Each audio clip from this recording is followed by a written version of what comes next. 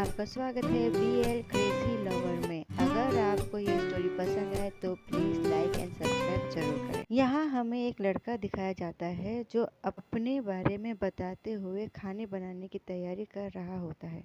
ओह, आखिरकार ये इतना भी खाली नहीं है। तभी वह अपने बारे में बताता है, ये अविश्वसनीय है कि मेरा BL नॉवल में पूर्ण जन्म हुआ है।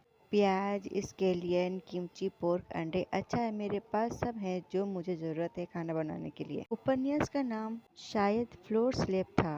इसमें फ्लोर स्लेप शब्द तो थे। जो भी हो, मुझे इसका नाम ठीक से याद तो नहीं, पर कहानी मुझे अच्छे से याद है।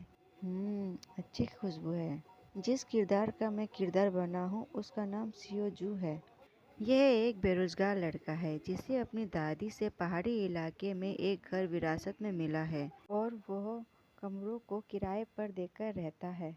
जैसा कि एक BL नॉवल से अपेक्षा की जाती है, उसकी ज़िंदगी अच्छी है। वह साइड टॉप कैरेक्टर है। ठीक है, बस किमची स्टू को उबालने की ज़रूरत है। और सभी साइड टॉप कैरेक्टर की तरह वह देखने में अच्छा भी है। इसने एक बार पॉप आइडल बनने की सपना भी देखा था, परंतु इसमें गाने, नाचने और अभिनय करने की कोई प्रतिभा नहीं थी, इसीलिए पॉप आइडल बनना मुश्किल था। इसीलिए एजेंसी ने इसे हटा दिया। फिर भी किसको परवाह है? आखिर यह सिर्फ एक साइड टॉप कैरेक्टर है। किसे परवाह है अगर वह प्रतिभाहीन भी है तो? पहाड़ी इलाके हो या ना हो, आखिरकार वह एक मकान मालिक है जिसे किराया चुकाने की कोई चिंता नहीं है। तभी वह खुश होकर बोलता है, यस, अब मेरी भी अपनी बिल्डिंग है। लेकिन यहाँ बस एक समस्या है। जो असली सियोजू है वह अविश्वसनीय रूप से घटिया व्यक्ति है। और आखिर मैं ही क्यों इस शरीर में आया? हे भगवान, अब ये जल रहा है। अरे वाह, अब समय है तुम्हारे मेरे पेट में जाने का। आइए चलिए मैं समझाता हूँ कि सियोजू कितना घटिया इंसान है। तभी हमें दो बच्चे कमरे से बाहर निकलते हुए दिखाई देते हैं। ओह, ये बच्चे। उनमें से छोटा लड़का बोलता है, ओह कितना ठंडा है। बड़ा बोलता है, जल्दी करो। यहाँ हमें दोनों भाई हाथ मुंह धोते हुए दिखाया जाता है। जो सियोजू है वह अपनी आलसी भरी जिंदगी को अपने परिवार के पैसों पर ऐश करते हुए बिता रहा है। केवल एक ही काम है जिसके लिए उसमें जुनून है, और वो है एक इंसान को परेशान करना। और वो उसका किराएदार भी है। और वो है इस उपन्यास का मेन बॉटम कैरेक्टर यू होनजिन। जेहू को यू होनजी को डराने और परेशान करने में बहुत मजा आता था, और जब भी होनजिन किराया नहीं दे पाता था तो वो उसे बदतमीजी से धमकाता था। यहाँ तक कि वह उसे उसके शरीर से भुगतान करने की भी मांग करता था। घटिया। अब मैं इसे कवर भी नहीं कर सकता। यहाँ दोनों बच्चों को ठंड से कांपते हुए दिखाया गया है। दोनों बच्चे ह्योजिन के छोटे भाई हैं, जिन्हें उसकी भागी हुई माँ और बेकार पिता ने उसके पास पालने के लिए छोड़ दिया है। मैन बॉटम की सच में बेकार जिंदगी है।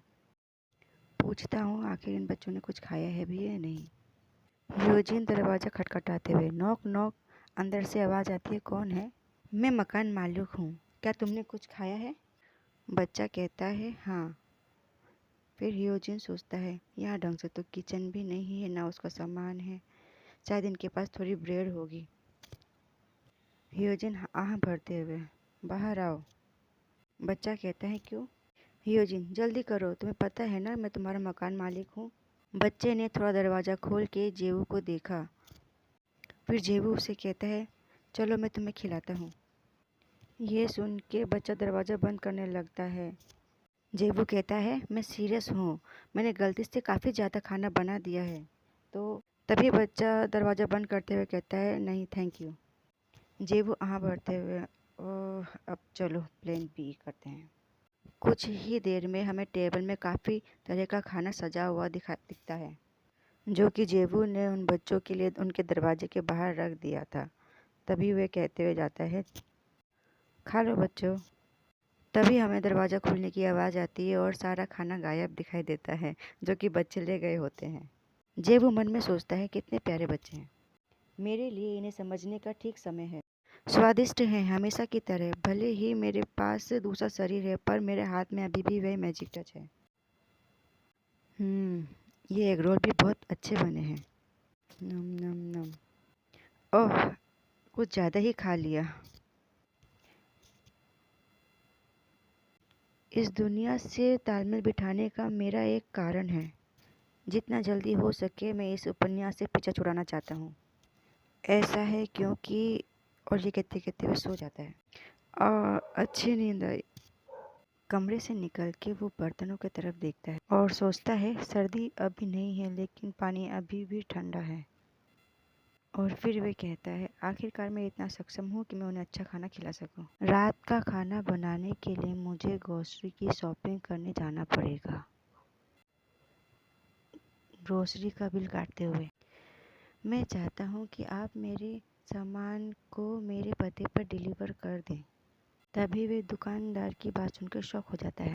माफ़ कीजिए सर, पर बहुत मुश्किल है हमारे ट्रक को उस जगह पर जाना, सो हम वहाँ डिलीवर नहीं करते। माफ़ करना आपको परेशानी के लिए।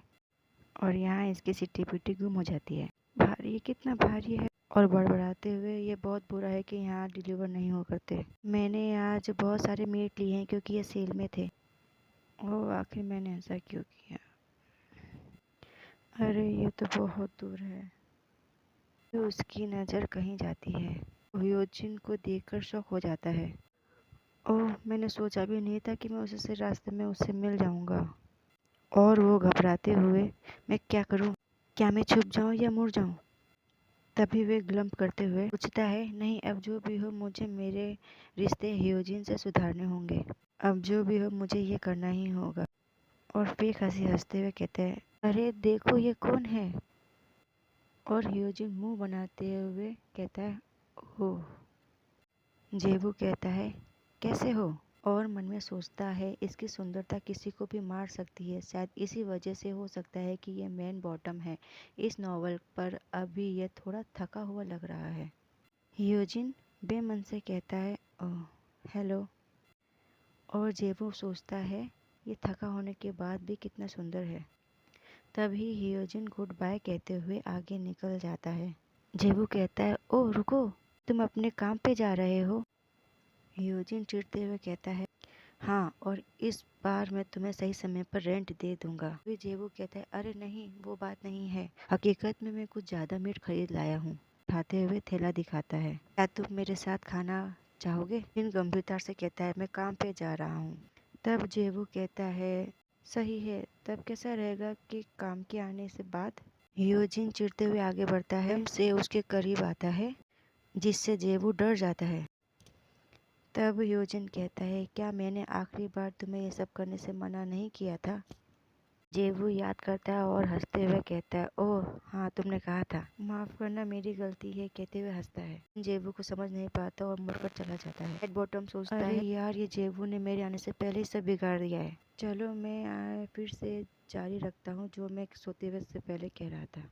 एक यह कारण है कि मैं चाहता हूँ इस नॉवल से बाहर जाना। जो साइड टॉप है ह्योजिन को परेशान करता है, आखिर में मारा जाता है मेन टॉप के हाथों।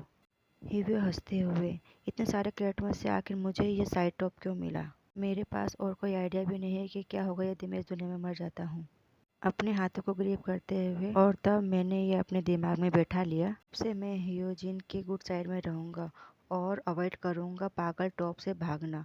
और जो भी मैं कर सकता हूँ सरवाइव करने के लिए, मैं वो करूँगा। यस। प्लीज़ फ्रेंड, लाइक और सब्सक्राइब करना ना भूलें। जितना हो सके लाइक और सब्सक्राइब करें इसके लिए।